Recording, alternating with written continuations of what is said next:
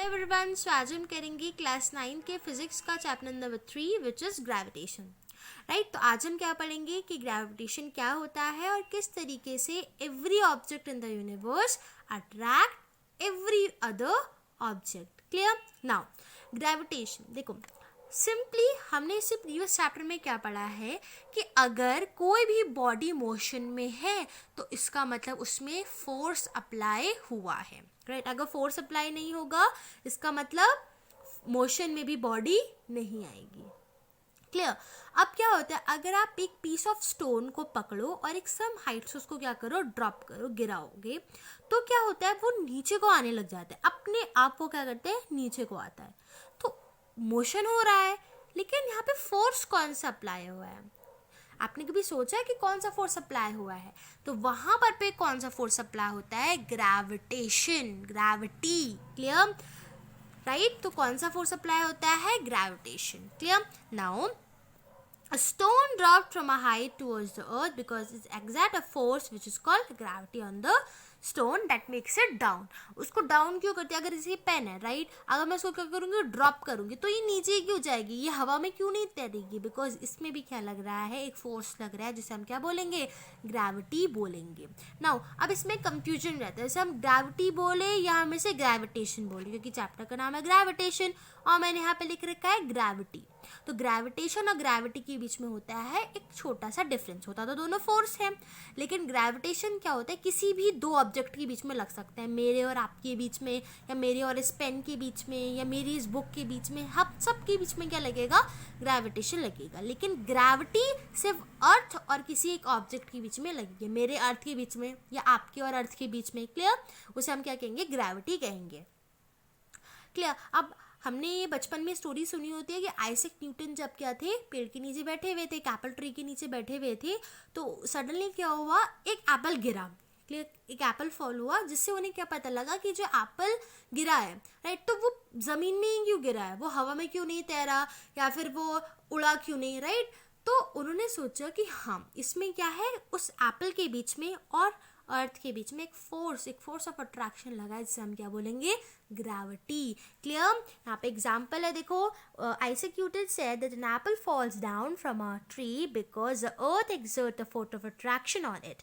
Clear? देखो यहाँ पर पे क्या है, एक एप्पल है और ये अर्थ है। क्लियर? नाउ जो ये एप्पल है वो जब गिरेगा तो इस अर्थ में ही क्यों जाएगा, क्योंकि इस अर्थ और इस एप्पल के बीच में क्या है, फोर्स ऑफ अट्रैक्शन, इसे हम क्या बोलेंगे, ग्रेविटी या gravitation force of earth. Clear?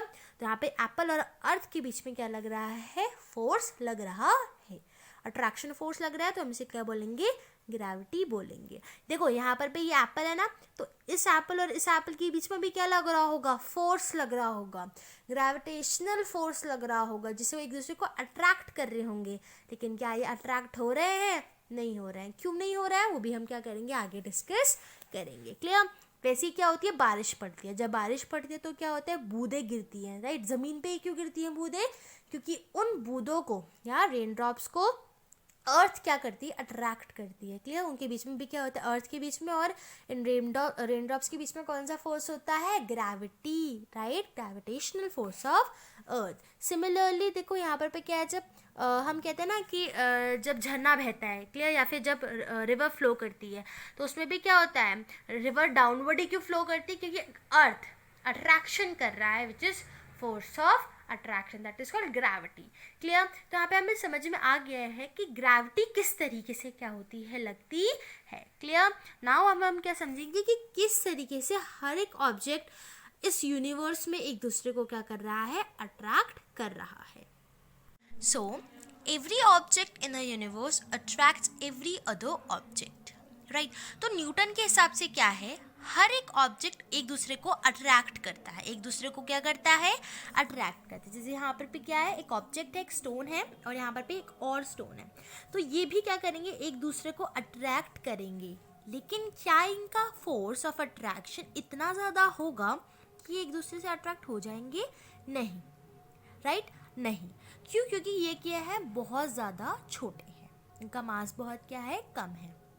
So the force with which two object attract each other is called gravitation force. मैंने पहले भी बताया है कि ग्रेविटेशन फोर्स क्या किसी भी दो ऑब्जेक्ट के बीच में लग सकता है, लेकिन ग्रेविटी सिर्फ अर्थ, जैसे ये अर्थ है और ये स्टोन है, तो इस अर्थ और स्टोन के बीच में क्या लगेगी, ग्रेविटी, राइट। लेकिन अगर यहाँ पे एक स्टोन है और यहाँ पर अगर एक और स्टोन है, तो इनके बीच में क्या लगेगा, gravitational force. So I hope आपको ग्रेविटी और ग्रेविटेशनल के बीच में डिफरेंस समझ में आ गया होगा। तो अगर कोई ऑब्जेक्ट क्या है, छोटा है, राइट, मतलब छोटा है मतलब उसका मास बहुत कम है, तो उसका ग्रेविटेशनल फोर्स भी क्या होगा, कम होगा।